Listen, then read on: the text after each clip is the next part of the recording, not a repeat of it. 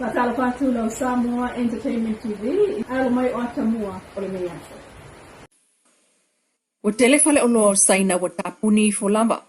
Awa wala toilo o lo o yaili fa amalo singol tu la fono ili taiminei.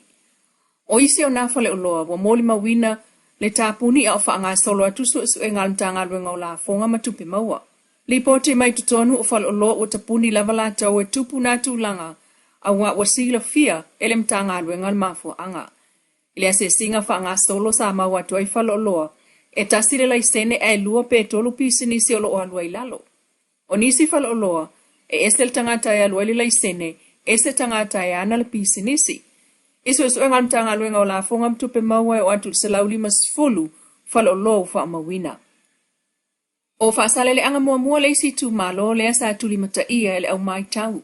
Po o afea e musa ilo na mota fai tu malo. Peitai, watu matila mai neile ofisa fai tu malo masau no ailo na fai pule.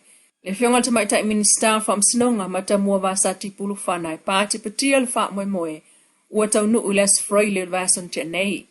O le nganga fa aftai al tu mai tai minister ona o le fa manuyanga molo na tu malo peitai sa ia fa malulu fo ile tu malo. Ona o le fa atua iaio na fa atino o lo lato ofisa tu tonu ai se ifa anga solo atu lana miliona tala mua. E au fiai, ma le lua se la wafe na ulua i abatu e fa waile ofisa, lea wa umusa, ma tutongi aile au fai ngā ruenga, ai o komisi al komiti. Mua lava ona o fa pa i maru atu, il pa ia ma le mamalu o tatu i tu malo. Lea sa au tau sila, ma sa au tau fa fonga i tala ave o ngā ruenga nei. Tau fa malie. Mauta malie. Lea i lava se faiva, e asa ma se mau. E leo Paul Silfia, se safi avea e ina, i upenga ta whailangi le tele o whaamitalanga. O ni tua inga tu ngā, ai maise o nisi o saunoanga, whapulkiki.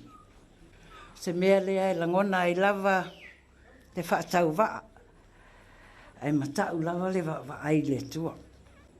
O le mea moni, e le ufiufia whaamanungase, pe omi whaaniu ale ni lapeo ngā luenga. Pe tai, e le i whausia roma i se aso e tasi. E tu mau fo i la ro lava tatununga, whaatua tuanga, e siri atu le i unga, o se mea, na i lolona amatanga. Paule nei, a whai ua mai mataiva mataitai. O te whaamoe se vai mai puna olo. Whaamalie ele ngā lala o tatu tu malo. Sao nol fai pule a matamua o fatia mawhisanga i lunga o penga te whailangi. O whai tionga ma upula lafo il tuai te tala o latu ofisa. Ai o lana talo sanga ia ngā lulue whaatasi lo nai tu malo. Ma ia whaaftai ai whaamalo le on sae malala papale. Tangata taito tasi a lupa ia e liin fai pule o lona i tu malo, whaasale le anga numera tasi. O le whaamawhale minister o whaatu angam fai ngā whaiva la audien mali e tua pula te vau le wate Schmidt, ia lava tau mawhal tātu tunu, ma a inga taitasi a upisi nisi. Le isi le nā mawhua anga, o le toi la langa mai o whaatu anga a manu papalangi, malana polkalave me o le povi mua lea ua talanua ai le toi whaatoa o whaatu anga povi, ia avea o se whaataita inga, le tūlanga o iei nei le malo fiti la nasi singa e fiti talua nei. Toi titi lava se lau pasene o whaaspovia fiti, o lo ngau sia lava i fiti, e o i moa.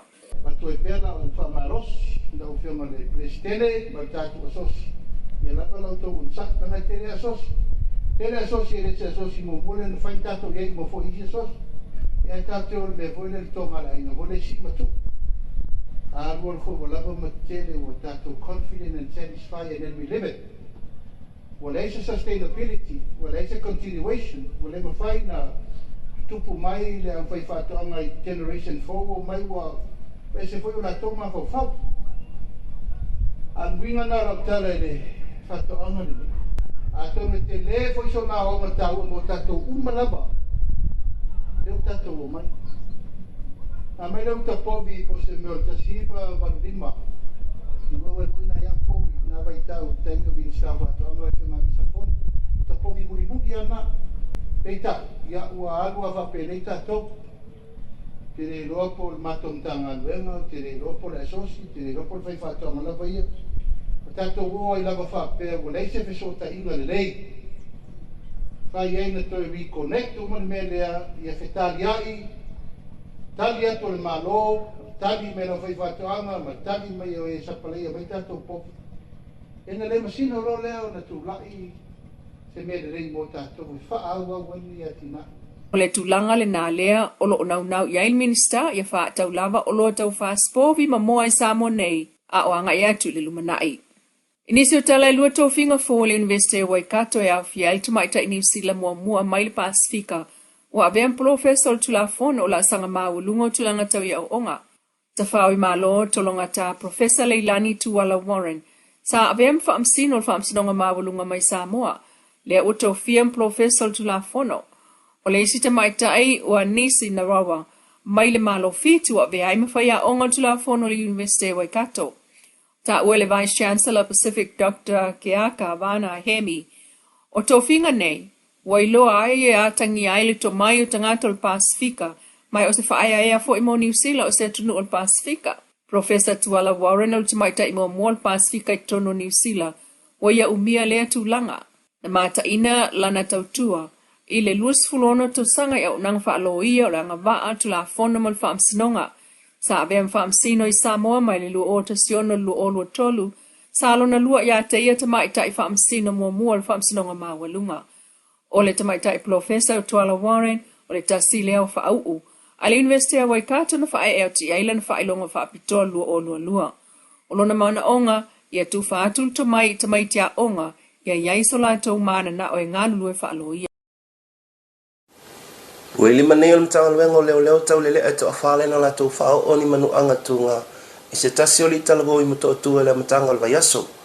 I se reporter le te o Polinisia o lea whaale velavi sapo e se tasi si telefoni mwhasala lau ilunga o penga te whailangi. Ma ua langalanga ai fina ngano le tunu i nei tu ai ngā mi o mtanga na whaatina o nei tau lea. O nei ili talago e mai le fio anga le ofisa, mai le vao le sfuru iwa tau sanga, lua sfuru ma lua sfuru tasi tau sanga le matua. O lea ua pu e leo, ma mo lia i le whao mea, whao o manu atunga, ma le whao o lima, ma nisi o mo lianga whao popo, ma tau fia nei lalo le vainga mtanga luenga o leo, e tālia i le aso e tūla i luma le whaamasinonga, e tālia o lato mo lianga. Whautua ina pēa ni mtanga luenga o leo tupulanga o leo tunuu, ina ia tau mamao mai nei tu ai ngā mi o mtanga, e le alo lava le tūla whono iso si tangata e whaia nei winga le mingau, talo sanga ina fo i le pule manua li ima whai pule, na ia lato ngā lue whatasi, e fo ia ni whawhita auli, o toi ali e mai si o tato o tunu. Tau Samoa Entertainment TV mai pia mana tamuai nei ko ia sau stop po ngā tai au.